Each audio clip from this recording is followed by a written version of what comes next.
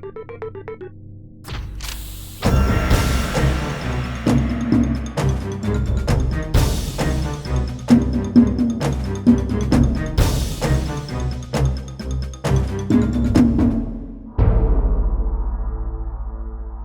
everyone, welcome to BrickVault. Today I get to show you guys the Imperial Star Destroyer Eviscerator 2.0. Designed by the builder 2 Impaired, it is the single biggest model we've ever built in the web store, coming in at just over 18,000 parts. If this ship looks familiar, that's because about a year ago we made a video about the original Star Destroyer Eviscerator, and just like the original model, this ship has exceedingly intricate greebling details, an extremely strong internal structure and stand, and easy breakaway points for transportation. All of that info in the original video is still relevant, including the interesting backstory of this ship, so I've left it linked in the description below if you wanted to take a deeper dive into the model. This video here though is all about letting you know that the 2.0 version is out. It's built here in the studio and the instructions are up in the web store replacing the original at www.brickvault.toys. This 2.0 model, like all 2.0s, is cleaned up in a couple of areas for connections here and there, making the experience of building it a bit smoother, but really the main thing that has changed about the model is the dimensions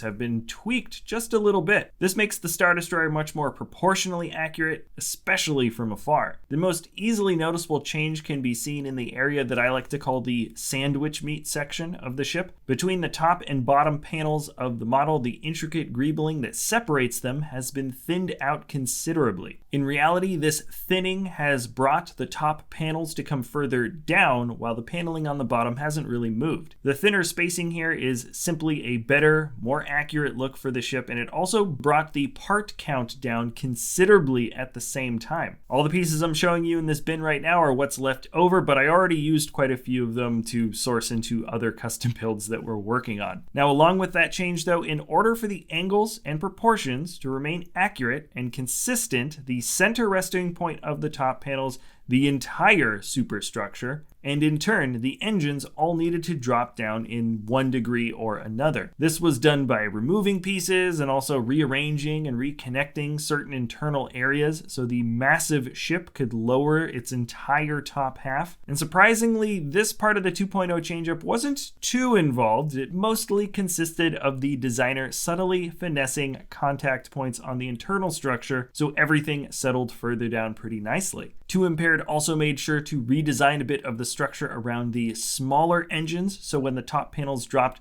they would still fit correctly, and it's not so easy to notice, but it does make the back come together just that much more smoothly. And while we're back here, there is a little lighting modification that we threw in here for the video. We repurposed some of those lights from Brick stuff that we were using for our Yavin 4 diorama, and for a ship as big and epic as this one, there was simply no way we couldn't light the engines. You also have a little Articans next to it that scales, and that gives you an idea for just how massive an actual Star Destroyer is, if you remember seeing the Architans in the most recent Mandalorian season. Anyways, that covers the basics of the 2.0 change. I just wanted to make this quick video to let you guys know that the Star Destroyer, the Eviscerator, has been updated in a pretty substantial way, and we're really happy with the way it turned out. The designer 2 Impaired really cares about making sure that this model is as tip-top as possible, and we're super stoked to have this amazing LEGO creation in our studio. I did briefly mention the web store in the beginning of this video. Really quick though, with each purchase comes the PDF step-by-step building guide, a parts list for fast ordering on websites like BrickLink. The model has been thoroughly physically tested. We do our best to avoid rare pieces and make sure that the instructions can be simply followed. Anybody who has the original instructions has already been automatically updated with the 2.0 version. Along with this Imperial Star Destroyer, there are a bunch of other scalable ships that you can also get, and that really works to help flesh out a larger fleet battle if that's what you wanted to do. Anyways, if you want to learn a little bit more about this model, there is a longer video that talks about the original. Links to everything I'm talking about are all in the description below. If you enjoy our content, you can always like, subscribe, comment, share. If you have any ideas about another custom build you'd like to see coming down the way, you can always let us know. Thank you so much for watching, everybody, and we'll see you next time